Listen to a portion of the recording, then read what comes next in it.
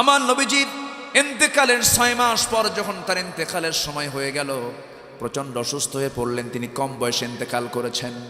নবী 63 বছর বয়সে তিনি ইন্তেকাল করলেন, আর তার মেয়ে মাত্র 6 মাস পরে ইন্তেকাল করা, মানে খুব কম বয়সে দুনিয়া থেকে বিদায় নিয়েছেন। বিদায় নেওয়ার প্রাক্কালে স্বামীকে ডাক দিয়ে বলছেন, স্বামী আমার, আমি যদি দুনিয়া থেকে বিদায় হয়ে যাই, আমি সারা জীবন পর্দা অবলম্বন করেছি, আমাকে কেউ দেখে নাই, আমার কথার আওয়াজ কেউ শোনে নাই। আমি আপনার কাছে এমনটা ওসিয়ত করে যাব, আমি যদি মারা যাই দিনের বেলা, আমার মৃত্যুর খবর যেন পৃথিবীর কোনো মানুষ না জানে। আমি যদি মারা যাই রাতের বেলা, কাউকে বলবেন না। আশেপাশের কিছু প্রতিবেশীকে ডাক দিয়ে আমার জানাজা কাফন দাফন করে দিবেন। লোকজন বেশি হওয়ার দরকার নাই। লোকজন বেশি হলে যখন খবর জানাজানি হয়ে যাবে, লক্ষ লক্ষ মুসলমান সব আমার জানাজায় হাজির হয়ে যাবে। আমি নারী, যারা জানাজা পড়াবেন তারা হলেন পুরুষ। আমি কতটুকুন লম্বা, কতটুকুন খাটো, কতটুকুন চিকন, কতটুকুন মোটা, আমাকে দেখতে না পারলেও অনুমান করতে পারবে আমার পর্দার খেলাফ হয়ে যাবে। সংখ্যার দরকার নাই, প্রতিবেশীকে সঙ্গে করে নিয়ে আপনি আমার কাফন দাফন করে দিবেন। জোরে বলি সুবহানাল্লাহ, আরো জোরে বলি সুবহানাল্লাহ। মা ফাতিমা, আমার নবীজির মেয়ে ফাতিমা রাদিয়াল্লাহু তাআলা আনহা যখন দুনিয়া থেকে বিদায় নিলেন, রাতের বেলা আবু যর গিফারি তার প্রতিবেশী স্বপ্নের মধ্যে দেখতেছেন। রাসূল তাকে বলছেন, আবু যর গিফারি শোনো, আমার কলিজার টুকরা মেয়ে ফাতিমা দুনিয়া থেকে বিদায় নিয়েছে। যাও তুমি আমার মেয়ের কাফন দাফনের বন্দোবস্ত করো, দাফনের জন্য কবর খনন করো। তিনি কোদাল নিয়ে বের হলেন, চলে আসলেন আলীর বাড়িতে। দরজায় নক করে বলছেন, ভাই আলী দরজা খোলো। দরজা খুলেই সালাম দিয়ে তিনি কান্নায় ভেঙে পড়ছেন আর বলছেন, নবীজির কলিজার টুকরা মেয়ে ফাতিমা দুনিয়া থেকে বিদায় নিয়েছেন। হযরত আলী বলেন, ভাই আবু যর, তোমাকে এই সংবাদটা দিল কে? সঙ্গে সঙ্গে তিনি বলছেন, সংবাদ তোমাকে কেউ দেয় নাই, রাসূল আমাকে স্বপ্নে জানিয়ে দিলেন তার কবরটা খনন করার জন্য। কবর খনন করার জন্য আবু যর গিফারি চলে গেলেন। আবু যর গিফারি কবর খনন করতে গেলেন। কবর খনন যখন শুরু হয়ে গেছে, এমন সময় কবর খনন করতে করতে পাগলের মতো হয়ে গেছেন আবু যর। কবর খননের এক প্রকালে এক পর্যায়ে কবর থেকে যখন তিনি উঠে আসতেছেন কোদাল নিয়া, কবরকে লক্ষ্য করে বলছেন, কবর, আজকে তোর এই মাটিতে, তোর এই জায়গায় এমন একজন ব্যক্তিকে রাখা হবে যার সম্মান, যার মর্যাদা এত বেশি। আমার নবীজির কলিজার টুকরা, দেহের টুকরা ফাতিমা, কবর অসম্মান তুই করবি না। হাসান হোসেনের মা, তুই অসম্মান করবি না। এরপরে আসাদুল্লাহিল গালিব, আলীর একমাত্র স্ত্রী, তুই অসম্মান করবি না। এই সমস্ত কথাগুলো বলছেন আর চোখের পানি ফেলে ফেলে কাঁদতেছেন। রাসূল তাকে স্বপ্নে জানিয়ে দিয়েছেন। এই কথা বলে ওঠার সময়, এমন সময় ভিতর থেকে একটা আওয়াজ বের হয়ে আসছে, ওরে আবু যর, আমি খাতুনে জান্নাত চিনি না, আমি কলিজার টুকরা বিশ্ব নবীর মেয়ে চিনি না, আমি হাসান হোসেনের মাও চিনি না, আলীর স্ত্রীও জানি না। আমি জানি এটা ভালো আমল, নেক আমল যদি হয়ে যায় ভালো কথা, আর বদ আমল যদি হয়ে যায়, আমি কবর, আমার মাটি চরম ভয়ঙ্কর। পৃথিবীর এক প্রান্তের মাটি অপর প্রান্তে চলে যাবে, অপর প্রান্তের মাটি অপর প্রান্তে চলে আসবে, একাকার করে দেওয়া হবে। এই কথা শোনার পর আবু যর গিফারি ওই কবর থেকে যে উঠে দাঁড়িয়েছেন, আর সারাটা জীবন তিনি সংসার জীবন করতে পারেন নাই তেমন ভাবে। সবসময় তিনি কাঁদতেন, অস্থির হয়ে যেতেন। সেই জন্য আমার মায়েরা, আপনার জন্য জান্নাতটা খুব সহজ ছিল, আপনার জন্য জান্নাতটা খুব আসান ছিল। পুরুষদের জবাবদিহিতা বেশি, পুরুষদের জন্য জান্নাতটা খুব কষ্টকর হয়ে যাবে। মেয়েদের জন্য জান্নাতটা খুব সহজ হয়ে যাবে। শুধুমাত্র 4টা কাজ আপনি যদি করতে পারতেন। এর মধ্যে 1 নাম্বার কম্পালসারি হলো পর্দা। কারণ পর্দা ছাড়া নামাজ হবে না, পর্দা ছাড়া রোজা হবে না, পর্দা ছাড়া কোনো কিছুই হবে না। সেই জন্য আপনাকে পর্দার মাঝি নামাজ, পর্দার মাঝি রোজা, এই পর্দা সহকারে নামাজ, রোজা, স্বামীর আনুগত্য, এই 4টা কাজ যদি আপনি করতে পারতেন, আমার আল্লাহর ঘোষণা, ওই বান্দির জন্য আমি আল্লাহ 8টা জান্নাতের সমস্ত দরজা তার জন্য খুলে খুলে দেব। জোরে বলি সুবহানাল্লাহ। আমার মা পর্দা যদি আপনারা সবাই করতেন, কোনো পর্দাহীন কোনো পুরুষ আপনাকে ডিস্টার্ব করতে পারতো না। আপনার সতর আপনাকে ঢাকতে হবে, আপনাকেই পর্দা অবলম্বন করতে হবে। আল্লাহ তাআলা এই জায়গায় সুন্দর করে পুরুষ এবং নারী উভয়কে আল্লাহ তাআলা সুন্দর করে বলছেন, শোনো তোমরা 10টা গুণ অর্জন করবে। কয়টা গুণ বলেন? 10টা গুণ অর্জন করবে। 1 নম্বর গুণ হলো তোমরা মুসলিম হবে, মুসলিম পুরুষ এবং মুসলিমা নারী, মুসলিম পুরুষ এবং মুসলিমা নারী, মুমিন পুরুষ এবং মুমিনা নারী। এরপরে ওয়াল কানিতিন, আল্লাহ তাআলা বলছেন অনুগত পুরুষ এবং অনুগত নারী, ওয়াস সাদিকিনা ওয়াস সাদিকাত, সত্যবাদী পুরুষ এবং সত্যবাদিনী নারী, ওয়াস সাবিরি ওয়াস সাদিক ওয়াস সাবিরিনা ওয়াস সাবিরাত, ধৈর্যশীল পুরুষ এবং ধৈর্যশীলা নারী। এরপরে ওয়াল খাশিঈনা ওয়াল খাশিআত, বিনয়ী পুরুষ এবং বিনয়ী নারী। এরপরে ওয়াল মুতাসাদ্দিকিনা ওয়াল মুতাসাদ্দিকাত, দানশীল পুরুষ এবং দানশীল নারী। ওয়াস সাইমিনা ওয়াস সাইমাত, রোজাদার পুরুষ এবং রোজাদার নারী। এরপর আল্লাহ তাআলা বলছেন ওয়াল হাফিযিনা ফুরুজাহুম ওয়াল হাফিযাত, আল্লাহ তাআলা 9 নম্বরে বলছেন লজ্জাস্থানের হেফাজতকারী পুরুষ এবং হেফাজতকারী নারী। এই 9টা। এবং নাম্বার 10 হলো ওয়াযযাকিরিনাল্লাহা কাসীরাও ওয়াযযাকিরাত, নাম্বার 10 হলো আল্লাহর অধিক স্মরণকারী বান্দা এবং বান্দি। এই 10টা গুণ যার মধ্যে অর্জন হবে, 1 নম্বর হলো মুসলিম হওয়া। কি হওয়া বলেন? মুসলিম হওয়া। নাম্বার 2 হলো মুমিন হওয়া। নাম্বার 2 কি বলেন? মুমিন হওয়া। নাম্বার 3 হলো অনুগত হওয়া। আমি কি দোয়া করে দেব নাকি? এই 2-1 করে যে ওঠে, হ্যাঁ কষ্ট হচ্ছে আপনাদের? ও আবার আসবে, তারা আসবে কেমনে? আর বের হলে তার আসার সুযোগ নেই, এখানে কঠিন জায়গা। একটু বসেন না, আমি বেশি সময় নেব না। না দোয়া করে দেবো এখন? জোরে বলি ইনশাআল্লাহ। আচ্ছা, তাহলে এখানে 10টা কোয়ালিটি। কয়টা কোয়ালিটি বলেন? 10টা। আপনি মুসলমান হননি, আপনি মুমিন হননি, আপনি দান করলেন, সেই দান আল্লাহর কাছে পৌঁছবে না। আপনাকে 1 নম্বর শর্ত হলো আপনাকে মুমিন হতে হবে, ইমানদার হতে হবে। এই জন্য আল্লাহ তাআলা 1 নম্বর গুণ দেখতে চেয়েছেন, তোমাকে মুসলিম হতে হবে, তোমাকে মুমিন। একটা বাগান করতে কি লাগে? পরিশ্রম লাগে। এজন্য আমরা ধৈর্যশীল হব, সত্যবাদী হব, অনুগত হব, বিনয় অবনত হব। কার সামনে? আসতে বলবেন না, কার সামনে? আল্লাহর সামনে। এই সমস্ত গুণগুলো কে দেখতে চান? আসতে বলবেন না, কে দেখতে চান? আল্লাহ দেখতে চান। কিন্তু আজ যদি আমরা বুকে হাত দিয়ে বলি যে আমরা মিথ্যা কথা বলি না, মিথ্যা সাক্ষী দেই না, আমরা কি সবাই বুকে হাত দিয়ে কি এই সাহস আমরা কি পুরোপুরি করতে পারি? না। মিথ্যা আছে না নাই? আসতে বলবে না, মিথ্যা আছে না নাই? নিরপরাধ মানুষের বিরুদ্ধে যারা মিথ্যা সাক্ষী দিয়েছেন, সেই মিথ্যা সাক্ষীর কারণে যারা স্ত্রীর হক আদায় করতে মাহরুম আছেন, সন্তানদের হক আদায় করতে যারা পারছেন না, বিচার হবে কিয়ামতের ময়দানে। ঠিক কিনা? এরকম কিছু কুলাঙ্গার আমার দেশে আছে না নাই? শুধু কপাল কালো করলেই ইমানদার হওয়া যায় না, শুধু দাড়ি একখান বড় রাখলে ইমানদার হওয়া যায় না, টুপি একখান সুন্দর লাগালেই ইমানদার হওয়া যায় না। বেলালের টুপি লাগাবেন কখন? বেলালের তো পরনের শুধু 17 থেকে হাঁটুর নিচ পর্যন্ত এই কাপড় ছাড়া তার দেহে কোনো কাপড়ই ছিল না। তিনি ছিলেন শুধু 17 ঢাকার কাপড়ের মালিক। এত গরিব, তার মাথায় টুপি পর্যন্ত ছিল না, শুধু ওইটুকুন কাপড় ছিল। আর আমরা টুপি নিয়ে মারামারি করি। আমরা কি না মারামারি করি? টুপি নিয়ে। আরেকজন সাহাবী মুসআব রাদিয়াল্লাহু তাআলা আনহু, যে লোকটা ইসলাম গ্রহণ করার আগে এত ধনী ছিলেন, একদিন যে কাপড় পরতেন দ্বিতীয় দিন সে কাপড় পরতেন না। যে সেন্ট, যে পারফিউম একদিন লাগাতেন দ্বিতীয় দিন লাগাতেন না।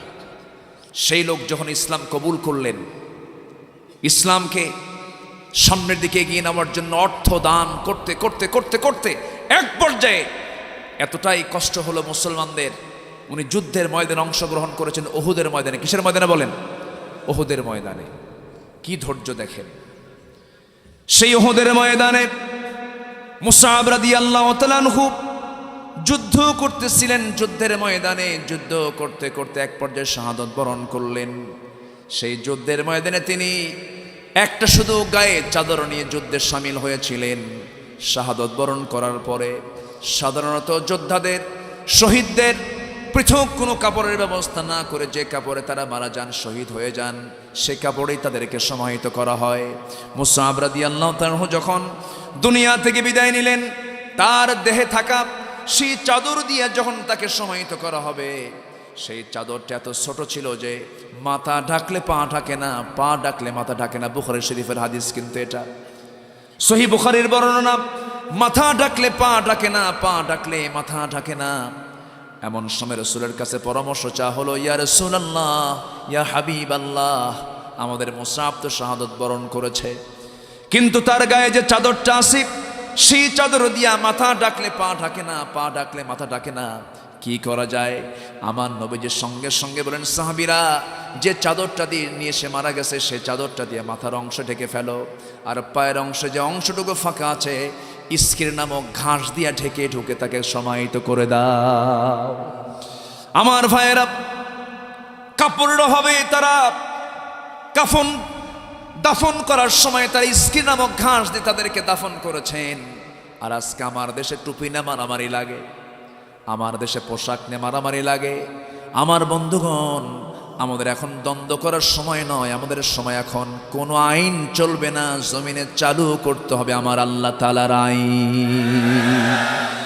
সমাজ থেকে জেনা বন্ধ হবে, থামেন, সমাজ থেকে জেনা বন্ধ হবে, সুদ বন্ধ হবে, ঘুষ বন্ধ হবে, লেনদেন উল্টা পাল্টা বন্ধ হবে।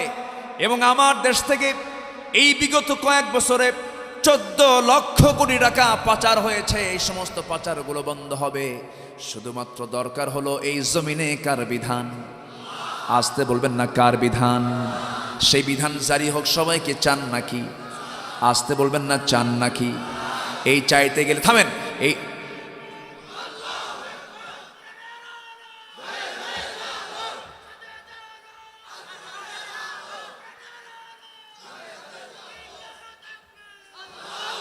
এই জমিনটা কার? ওই সূর্য কার? ওই চন্দ্র কার? ওই আকাশ কার? অতএব জমিনে আইন চলা দরকার কার?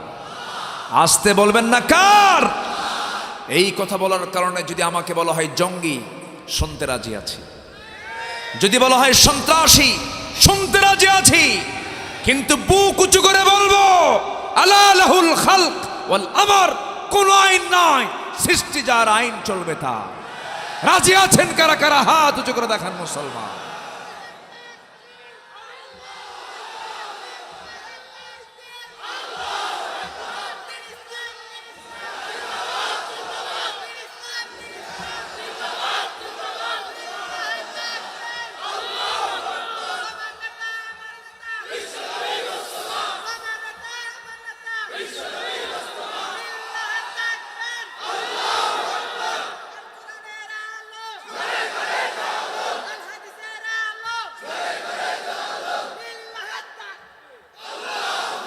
কষ্ট পেলেন? বিরক্ত হলেন? এই আওয়াজ কিন্তু অনেকের কাছে খুব জ্বালাতন করে। এরকম পাবলিক আছে না নাই? আচ্ছা, এই আওয়াজ ওদের গায়ে কাঁটার মতো বাজে, যেন তাদের গায়ে কাঁটা বিদ্ধ হচ্ছে। আছে না নাই? যাদের নারায়ে তাকবীরের স্লোগানকে যারা বিতর্কিত করে, তাদের ঈমান বিতর্কিত। সম্মানিত ভাইয়েরা, জন্ম নিয়েছে আজান শোনে, মসজিদে যায় আজান শোনে, নামাজ শুরু করি আল্লাহু আকবার দিয়া, আজান শুরু করি আল্লাহু আকবার দিয়া, জীবন শুরু হয়েছে আল্লাহু আকবার ধ্বনি শোনে। মৃত্যু হওয়ার পর জানাজাও হবে কি ধ্বনি দিয়া? অতএব এই আল্লাহু আকবারকে যারা সমাজে চলতে দেয় না, ওদের জানাজা না দিয়া কুত্তা বিলাইয়ের মতো বিদায় করা দরকার। রাইট? ঠিক আছে? ক্লিয়ার করেন সবগুলো মুনাফিকদেরকে। মুনাফিকরা আজকে মসজিদ দখল করে ফেলেছে। অধিকাংশ মসজিদের সভাপতি সেক্রেটারি সুদ খায়, নামাজ পড়ে না, আছে না নাই? টাকার জোরে, ক্ষমতার জোরে তুমি মসজিদ পর্যন্ত দখল করেছো। শুক্রবারে 7 দিন নামাজ নাই, শুক্রবারে মুয়াজ্জিনকে বলে দেয় আমার জায়নামাজ যেন প্রথম কাতারে থাকে। থাপ্পড় মেরে মসজিদ থেকে বের করে দাও দরকার বেদবদের। ধর্মের ব্যবসা তোমরাই করো, ঠিক কিনা? কষ্ট হচ্ছে নাকি? আলোচনা কেবল শুরু হচ্ছে, অসুবিধা নাকি আপনাদের? আমারে আজকে এমন সাবজেক্ট দিছে বুঝলেন, মাদের সাবজেক্ট। তবে হ্যাঁ, মা যদি ভালো হয় পরিবার ভালো হয়, মা যদি ভালো হয় সমাজ ভালো হয়ে যায়। আল্লাহ তুমি এলাকার সকল মাদেরকে পর্দা অবলম্বন করার তৌফিক দিয়ে দাও, জোরে বলি আমিন। সম্মানিত ভাইয়েরা, আরেকটা গুণ হলো লজ্জাস্থানের হেফাজত করা। মুসলিম হব আমরা 1 নাম্বার, কি হব? মুসলিম। 2 নাম্বার মুমিন, 2 নাম্বার কি? মুমিন। নাম্বার 3 হলো অনুগত, নাম্বার 4 হলো সত্যবাদী, নাম্বার 5 হলো ধৈর্যশীল, নাম্বার 6 হলো বিনয়ী, নাম্বার কত 7 হলো দানশীল, নাম্বার 8 হলো সায়েম, প্রকৃত রোজাদার। প্রকৃত রোজাদার কি মানে জানেন? যার জিহ্বা সংযত, যার চোখ সংযত, যার হাত সংযত, যার দেহের সমস্ত অঙ্গ প্রত্যঙ্গ সংযত, আল্লাহর নিয়ম ছাড়া কোনো নিয়ম মানে না, সে হলো প্রকৃত সায়েম। নাম্বার 9 হলো লজ্জাস্থানকে আমরা হেফাজত করব, জোরে বলি ইনশাআল্লাহ। কেউ বলেনি, রাসূল বলেছেন। ছোটখাটো কথা না। মান আদমানুলি মা বাইনা লিহইয়াইহি ওয়া মা বাইনা রিজলাইহি আদমানু লাহুল জান্নাহ। যে ব্যক্তি 2 চোয়ালের মধ্যস্থিত বস্তু জিহবা এবং 2 উরুর মধ্যস্থিত বস্তু লজ্জাস্থানের যে হেফাজত করবে, আমি বিশ্বনবী তার জন্য বেহেশতের জামিন হব। আর কোনো চিন্তা আছে? তাহলে জিহ্বা আমরা বিশ্রাম দেব। জিহ্বা বেশি কাজ দেব না বিশ্রাম দেব? মাঝে মাঝে চুপচাপ থাকবো। কিছু কিছু পুরুষ আছে বউয়ের সঙ্গে শুধু ক্যাটক্যাট করে, এ আছে না? বউকে জ্বালানো কিছু স্বামী আছে না নাই? আবার কিছু বউ আছে স্বামীকে জ্বালায়, আছে না নাই? এত জোরে বললেন আসতে কোন, শুনলে খবর আছে। আবার বউয়ের কথা শোনেন না আপনারা? কিছুই কয় না, দেখছেন? বউয়ের কথা শোনেন না? আর আমিও তো শুনি, শোনেন কি না? না শুনলে সংসার হবে কেমন? ঠিক আছে না? শুনতে হবে তো। বউয়ের কথা না শুনলে আপনি সংসার করতে পারবেন না তো। বউ হচ্ছে সবচেয়ে বড় সম্পদ, বলি আলহামদুলিল্লাহ। আর সেই সম্পদ না বানায়া অবৈধ সম্পদ বানায়া গাছতলায় বসে থাকে। কিছু কিছু ছাত্র আছে, ছেলে পেলে আছে, গার্লস স্কুলের সামনে যায় এতিমের মতো বসে থাকে, মনে হয় বাপও নাই মাও নাই, আছে না নাই? মনে হয় স্যালাইন দেওয়া লাগবে এমন অবস্থা। কি বাবা তোমার কি হয়েছে? কিচ্ছু কয় না। মেয়েটা টার্গেট করা মেয়েটা যখন বের হয় পিছে পিছে যায় এতিমের মতো। যখন মেয়ে কোনো কথা বলে না তখন বলে শোনো 3 দিন হলে ঘুম নাই, আছে না নাই?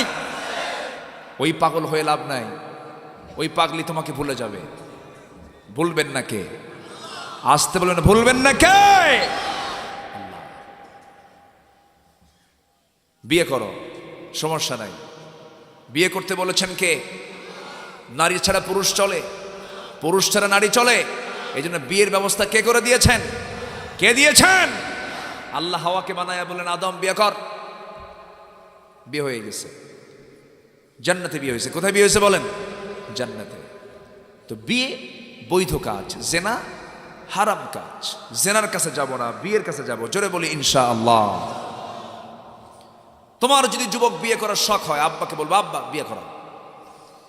কিছু বাপ আছে বেজুত, কিছু বাপ বেকুব আছে, বেকুব। টাকা আছে, পয়সা আছে, ব্যবসা আছে, বাণিজ্য আছে, সবই আছে। ছেলে যদি বলে বাবা বিয়ে করাও, হুঁশ নাই, বিয়ে করার সময় হয়েছে নাকি? আছে না, আছে না, আছে না নাই?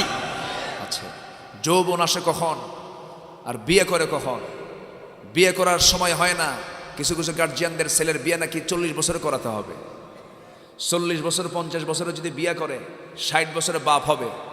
60 বছরে সেই ছোট্ট বাচ্চাকে নিয়ে যদি রাস্তায় হাঁটে তখন লোক বলবে এই ছেলে এটা তোমার দাদা না নানা। কি ঠিক কিনা? ওই বিয়ে করে লাভ নাই। ওর চেয়ে গ্রামের সাধারণ খেটে খাওয়া মানুষই ভালো আছে। 21 বছরে বিয়ে করে 23 বছরে বাপ হয়, 37 বছরে মেয়ে বিয়ে দিয়া 40 বছরে দাদা হয়, আর 60 বছরে মহাদাদা মহারাজা। ঠিক কিনা? ইনিংস শেষ, ইনিংস পূরণ করে। কি রাগ করতেছেন নাকি আপনারা? ইসলাম কত সুন্দর, ইসলাম কত সুন্দর। বলি আলহামদুলিল্লাহ। আমরা ইসলাম মানবো, শান্তি পাবো। ইসলাম মানবো না, শান্তি হবে, শান্তি হবে। অকাম কুকাম করো না যুবক, তোমাকে বিয়ের সিদ্ধান্ত নিতে হবে। রিজিকের দায়িত্ব কার? আসতে বলবেন না, রিজিকের দায়িত্ব কার? ইবনে মাসউদ মারা যাচ্ছেন, আব্দুল্লাহ ইবনে মাসউদ মারা যাচ্ছেন, এক সাহাবী, গরিব মানুষ মারা যাচ্ছেন তিনি। 4টা মেয়ে তার। এদিকে অবস্থা ভালো না। ওসমান জিন্নুরাইন রাদিয়াল্লাহু তাআলা আনহু খলিফাতুল মুসলিমিন, তিনি এসে বলছেন ইবনে মাসউদ, রাষ্ট্রের পক্ষ থেকে কিছু তোমাকে অর্থ দিয়ে সহযোগিতা করা হবে। আপনার তো 4টা মেয়ে আছে, এদের তো ভরণ পোষণের দরকার। সঙ্গে সঙ্গে ইবনে মাসউদ বলছেন, ভাই আমার ওসমান, তোমাকে ধন্যবাদ, আমার পরিবারকে নিয়ে তুমি চিন্তা করেছো, কিন্তু আমার বাচ্চাদের নিয়ে, আমার মেয়েদের নিয়ে, এদের রিজিকের ব্যাপারে আমার বিন্দু পরিমাণ কোনো টেনশন আমি করি না। কারণ আমার মেয়েগুলোকে আমি এমন শিক্ষা দিয়েছি, এমন রিজিকের ব্যবস্থা করে দিয়েছি, আমার মেয়েদের জন্য আমি মারা যাওয়ার আগ দিয়ে সূরা ওয়াকিয়া রেখে যাচ্ছি। কি সূরা বলেন? ওয়াকিয়া রেখে যাচ্ছি। আমার মেয়েরা যদি সকাল সন্ধ্যাটাকে সুন্দর করে তেলাওয়াত করতে পারে, আল্লাহ তাআলা তাদের সমস্ত রিজিকের ব্যবস্থা আল্লাহ তাআলা করে দিবেন। জোরে বলে সুবহানাল্লাহ। কি করে খাবো? এটা কি ইমানদারের কথা? কি করে চলবো? এটা কি ইমানদার বলতে পারে? পৃথিবীর কোনো প্রাণী না খেয়ে থাকে না। ছোট্ট বাবুই পাখি বাসা থেকে বের হয় শূন্য পেটে। কোনো খাদ্য গোদাম আছে? গোডাউন আছে? নাই। যখন সন্ধ্যায় ফিরে আসে খালি পেটে আসে না ভরা পেটে আসে? কে দেন?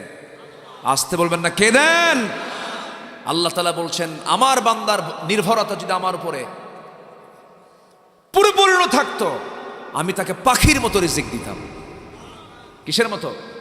পাখির মতো। কিন্তু আমরা টেনশন করি, হতাশ হয়ে যাই। হতাশা ইমানদারের নয়, হতাশা আসে শয়তান থেকে। আমরা কোনোদিন হতাশ হব না। জোরে বলি ইনশাআল্লাহ। লজ্জাস্থানের হেফাজত করতে হবে। যুবক, তোমাকে মডেল বানাতে হবে আল্লাহর পয়গম্বর ইউসুফ আলাইহিস সালাতু ওয়াস সালামকে। আল্লাহু আকবার। ইউসুফ আলাইহিস সালাতু ওয়াস সালাম সুন্দর সুশ্রী একজন মানুষ ছিলেন। এত সুন্দর চেহারা ছিল। আমার নবীর পরে পৃথিবীতে সেকেন্ড পারসন হচ্ছেন ইউসুফ আলাইহিস সালাতু ওয়াস সালাম। চেহারার দিকে তাকালে চোখ ফিরানোর কোনো সুযোগ ছিল না। এই সুন্দর চেহারায় ছিল তার জীবনের জন্য একটা বিশাল বড় পরীক্ষা। অতএব সুন্দর যাদের চেহারা আছে তাদের পরীক্ষা আছে না নাই? বারবার চেহারা দেখে আর দেখে আমি একখান মাল।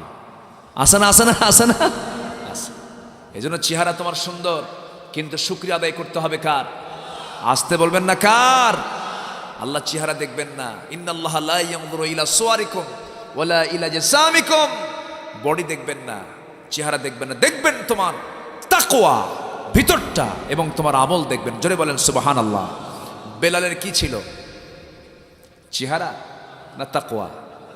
চেহারা না তাকওয়া? তাকওয়া ছিল। কি তাকওয়া! আল্লাহু আকবার বলেন। কি ঈমান ছিল তার! এত কালো ছিলেন, মাঝে মাঝে সাহাবীরা তাকে বলতেন কালো পাহাড় আসতেছে। কি পাহাড়? কালো পাহাড়। আমার নবীজি একদিন শুনলেন, বললেন, ও আমার সাহাবীরা, আমার বেলালকে তোমরা কালো পাহাড় বলে ডেকো না। আমার বেলালকে আমি অনেক মর্যাদা দিয়েছি। আমি হলাম ইমাম, আমার বেলাল হলো মুয়াজ্জিন।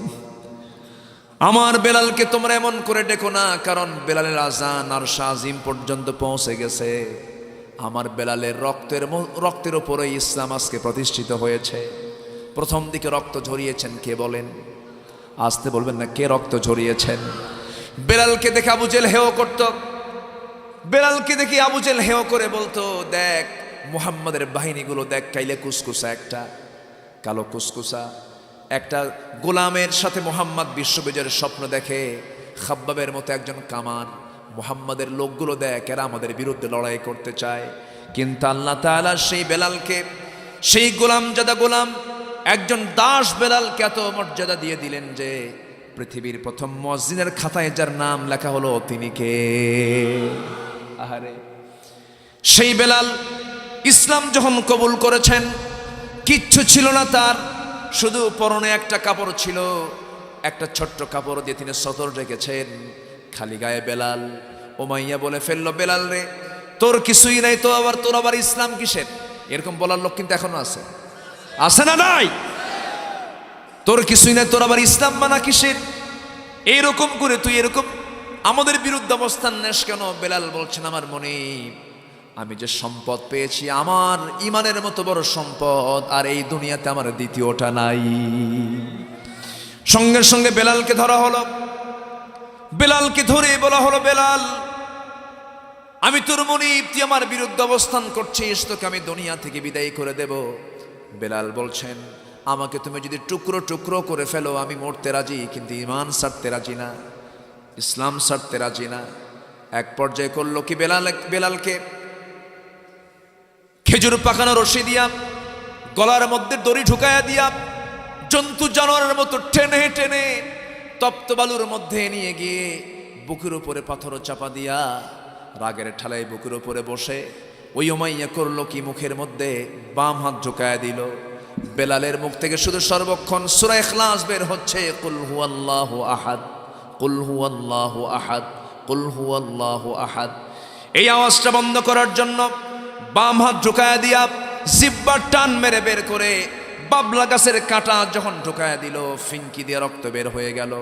বলা হলো, বেলাল জিহ্বা বন্ধ করে আল্লাহর জিকির করবি কেমনে? ওয়াযাকিরিনাল্লাহা কাসীরা ওয়াযাকিরাত, তুই কেমন করে জিকির করবি? জিকিরটা বন্ধ করে দিলাম, তোর জিহ্বা অচল করে দিলাম। সাইয়েদনা বেলাল ওই কালো মানুষ আস্তে করে হাতটা বের করে নখটা উঁচু করে বলে, ওরে উমাইয়া তুই আমার জিহ্বা বন্ধ করলে হবে কি? আমার দিলের মধ্যে আমার আল্লাহর নাম আমি অঙ্কন করে নিয়েছি। জোরে বলি সুবহানাল্লাহ, আরো জোরে বলি সুবহানাল্লাহ। আমার বন্ধুগণ, এই জন্য জিকির করতে হবে কার? লজ্জাস্থান আমরা হেফাজত করব, আল্লাহকে আমরা স্মরণ করব, সব কাজে আমরা সাক্ষী বানাবো কাকে? কাকে সাক্ষী বানাবো? লজ্জাস্থান হেফাজত করতে গিয়া ইউসুফ আলাইহিস সালাম কত বড় পরীক্ষার সম্মুখীন হলেন। সম্ভ্রান্ত নারী রাজরানী জুলাইখা যখন তাকে প্রস্তাব দিয়ে ফেলল বিশাল বড় রাজপ্রাসাদের ভিতরে, অন্দরমহলে 12টা দরজা লক আপ করে ঘরের মধ্যে তুলে নিয়া সুন্দরী একজন নারী তাকে প্রেমের প্রস্তাব দিচ্ছে।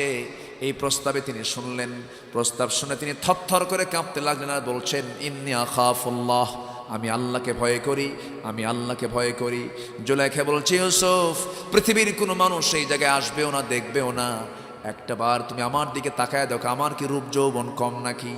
জুলাইখা বলছেন, আপনার দিকে আমার তাকানো যাবে না, কারণ ইয়াকুদ্দু মিন আবসারিহিম, আমার দৃষ্টিকে নিম্নগামী করার জন্য আমার আল্লাহ তাআলা বলেছেন। সঙ্গে সঙ্গে জুলাইখা করলো কি, জাহেলি কায়দায় চুলের খবর ছেড়ে দিয়া বুকের পাট্টা কাপড়গুলো একটা একটা করে খুলে তার সামনে তার সমস্ত উপরে যৌবনের পসরাগুলো তার সামনে প্লেস করতে লাগলো, তার দিকে ঝুঁকে পড়তে লাগলো। ইউসুফ পিছু হটতে হটতে দেয়ালে তার পিঠ ঠেকে গেছে, থরথর করে কাঁপতেছেন। কার ভয়ে? আসতে বলবেন না, কার ভয়ে? আল্লাহকে বলছেন, আল্লাহ এই বিশাল বড় ফিতনা থেকে তুমি আল্লাহ আমারে বাঁচাও, তুমি আল্লাহ আমারে উদ্ধার করো। এই দোয়া করতেই দোয়া মঞ্জুর হয়ে গেল। চক্ষু বন্ধ করলেন, দরজার দিকে একটা দৌড় মারলেন, পটপট করে দরজাগুলো খুলে দিল। আল্লাহ তাআলা খুলে দিলেন, আল্লাযীনা জাহাদু ফীনা লানাহদিয়ান্নাহুম সুবুলানা। বাইরে বের হয়ে গেলেন। বাইরে বের হওয়ার সঙ্গে সঙ্গে তার চরিত্রকে তিনি ঠিক রাখতে পারলেন, কিন্তু ষড়যন্ত্রের শিকার হয়ে গেলেন। দোষ করলো একজন, মামলা খেলো আর একজন। এগুলো মনে হয় এখন নাই। আসতে বলবেন না, আছে না নাই? আকাম কুকাম করো একজনে, দোষ দাও আরেকজনকে। তোমাদের অবস্থান হবে আবু জেহেলদের অবস্থানে, ঠিক কিনা? আমার ভাইয়েরা, দোষ করলো একজন, মামলা খেলেন ইউসুফ আলাইহিস সালাম। সেই মামলায় জেলখানা তার বরাদ্দ হলো। জেলখানার নিউজ তার কানে চলে আসলো। হাত উঁচু করে ওয়েলকাম জানায়া মুস্কি হাসি মেরে মেরে চলে যাচ্ছেন জেলখানার দিকে। সবাই বলল, ইউসুফ, জেলখানায় মানুষ কেঁদে কেঁদে যায়, মন খারাপ করে যায়, তুমি হাস্যোজ্জ্বল চেহারা জেলখানায় ঢুকো কেন? ইউসুফ বলছেন, জেলখানায় আমার কাছে প্রিয়, আহাব্বু ইলাইয়া, আমার কাছে জেলখানায় প্রিয়, কারণ জেলখানায় অন্তত জুলাইখার অত্যাচার থেকে বাঁচবো। জোরে কোন সুবহানাল্লাহ, আরো জোরে কোন সুবহানাল্লাহ। অতএব আমরা সেই ইউসুফের সন্তান, আমরা নূহের সন্তান, আমরা ইব্রাহিমের সন্তান, আমরা ইসমাইলের সন্তান, ঠিক কিনা? নূহের সন্তান আমরা। নূহ আলাইহিস সালাম দাওয়াত দিতে দিতে ক্লান্ত হয়ে গেছেন, তবুও তার দাওয়াতে কাজ বন্ধ করেন নাই। 900 বছর ইসলাম কবুল করেছেন, মাত্র 86 জন। বেটা পর্যন্ত ইসলাম কবুল করে নাই, বউ পর্যন্ত কথা শুনে নাই। কি কথা কি বুঝতেছেন আপনারা? নবীর দাওয়াতে বউ কথা শুনে নাই, নবীর দাওয়াতে ছেলে কথা শুনে নাই। হতাশ হওয়ার দরকার আছে? নবীদের দাওয়াত কি ভুল ছিল? নূহের দাওয়াতে তার বউ কথা শুনে নাই, নূহের দাওয়াতে তার ছেলে কেনান ইসলাম কবুল করে নাই, তবু তিনি তার দাওয়াতি কাজ বন্ধ রাখেন নাই। আমরা আমাদের দাওয়াতি কাজ বন্ধ রাখবো নাকি? না। ইব্রাহিম আলাইহিস সালামকে আগুনের মধ্যে তার বাপ সহ সহযোগিতা করে, তার বাপ সহ তাকে আগুনের মধ্যে নিক্ষেপ করলো, কিন্তু এক চুল পরিমাণ ইমান থেকে তাকে দূরে রাখতে পারে নাই। ইসমাইল আলাইহিস সালামকে আল্লাহ তাআলা এমন পরীক্ষার মধ্যে ফেলেন, বাপকেও পরীক্ষায় ফেলেন, ছেলেকেও পরীক্ষা করলেন। মিনার বাজারে নিয়ে ইসমাইলকে তরবারির নিচে রাখলেন, তরবারির নিচে রেখে দিলেন, তরবারি গলার সাথে লাগানো। বাপ তরবারি নিয়ে আসে, জবাহ করবেন তাকে, কারণ ওয়ার্ডার কার? আসতে বলবেন না, ওয়ার্ডার কার? সন্তান বলছে, আব্বা, চোখটা তুমি কাপড় দিয়ে বেঁধে রেখো, আমাকে জবাহ করতে যেন তোমার কষ্ট না হয়, তোমার যেন কষ্ট না হয়। ইসমাইল তার ঈমান নিয়ে তরবারির নিচে ছিলেন শান্ত। তরবারির নিচে কি ছিলেন? শান্ত ছিলেন, নড়াচড়া করেন নাই, চুপচাপ ছিলেন, কারণ আল্লাহর হুকুম, সাতাজিদুনি ইনশাআল্লাহু মিনাস সাবিরিন। এই দিকে ইব্রাহিম আলাইহিস সালাম এই পরীক্ষাও ফার্স্ট হয়েছেন, উত্তীর্ণ হয়েছেন। আমরা সেই নবীদের সন্তান, সেই নবীদের আমরা উত্তরসূরি। আমাদের যত ঝড়, যত ঝাপটাপ, যত প্রতিবাদ, যত কিছু আসুক না কেন, আমরা এক পায়ে দাঁড়াবো। কার শক্তি নিয়া? আস্তে কার সাহায্য নিয়া? আর আমাদের সবচেয়ে বড় শক্তি হলো আমাদের ঈমান। আমাদের বড় শক্তি হলো আমাদের ঈমান। আর সেই ঈমানের সাথে যে গুণগুলো থাকা দরকার, এই 10টা গুণ আমরা অর্জন করব। জোরে বলি ইনশাআল্লাহ, আরো জোরে বলি ইনশাআল্লাহ। নামাজ পড়বো কয় ওয়াক্ত? আসতে বলবেন না, কয় ওয়াক্ত নামাজ? একটু হাত উঁচু করে দেখান তো দেখি। জোরে বলি ইয়া আল্লাহ, আরো জোরে ইয়া আল্লাহ। আমাদেরকে 5 ওয়াক্ত সালাত আদায় করার তৌফিক তুমি আল্লাহ দিয়া দাও। জোরে বলি আমিন, আরো জোরে আমিন, আরো জোরে আমিন। হাত নামান। সম্মানিত ভাইয়েরা, আমি খুব আনন্দিত। মোহাম্মদপুরে এসে মনে হচ্ছে আসলে মোহাম্মদপুরে এসেছি, বলি আলহামদুলিল্লাহ। আবার মোহাম্মদপুরে শ্রীপুরও আছে তো না? শ্রীও আছে, ওইদিকে শ্রী, এদিকে মোহাম্মদ, বলি আলহামদুলিল্লাহ। কোনোটা বাদ রাখেন না, ব্যালেন্স রাখছেন, ব্যালেন্স। একদিকে শ্রীও আছে, আরেকদিকে মুহাম্মাদও আছে। ভালো, আমরা সবাইকে মিলেই থাকতে চাই, বলি আলহামদুলিল্লাহ। আমার দেশের হিন্দু ভাইরা নিরাপত্তা আছে না নাই? আছে। ইসলাম নিরাপত্তা দিয়েছে, কিন্তু আমার মুসলমান ভাইরা কাশ্মীরে কি নিরাপদে আছে? নিরাপদে আছে। ফিলিস্তিনে কি নিরাপদে আছে? এরপরে মায়ানমারে কি নিরাপদে আছে? মুসলমানকে সবাই মারে। কেন মারে জানেন? মুসলমানকে মারতে পারতো না। যদি মুসলমান কোরআনকে লালন করে, কোরআনকে যদি প্রতিষ্ঠার সংগ্রাম করত, গোটা পৃথিবীর নেতৃত্ব মুসলমানদের হাতে চলে আসতো। সময়ের দাবি একটাই, সেটা হলো আমরা ইসলামকে বিজয়ী করতে চাই। আল্লাহ কবুল করুন, আল্লাহ কবুল করুন, আল্লাহ কবুল করুন। এ আশাবাদ কামনা করে আমি আমার কথার না বাড়িয়ে, কেমনে কেমনে যেন সময় চলে গেল বহু। হ্যাঁ, চলবো, চালাবো, আলোচনা চলুক, হুজুর মরুক। লম্বা সময় তো অনেক কথা হয়েছে। ফজর নামাজ পড়বেন না আপনারা? সবাইকে ফজর পড়তে রাজি আছেন? জোহর, আসর, মাগরিব, আয়েশা আল্লাহ সবাইকে 5 ওয়াক্ত নামাজি বানায় নেন। সুদের মতো জঘন্য গুনাহ থেকে আমাদেরকে বাঁচান, জেনার কারবার থেকে আমাদেরকে হেফাজতে রাখেন, সকল কবিরা গুনাহ বর্জন করার তৌফিক দান করেন।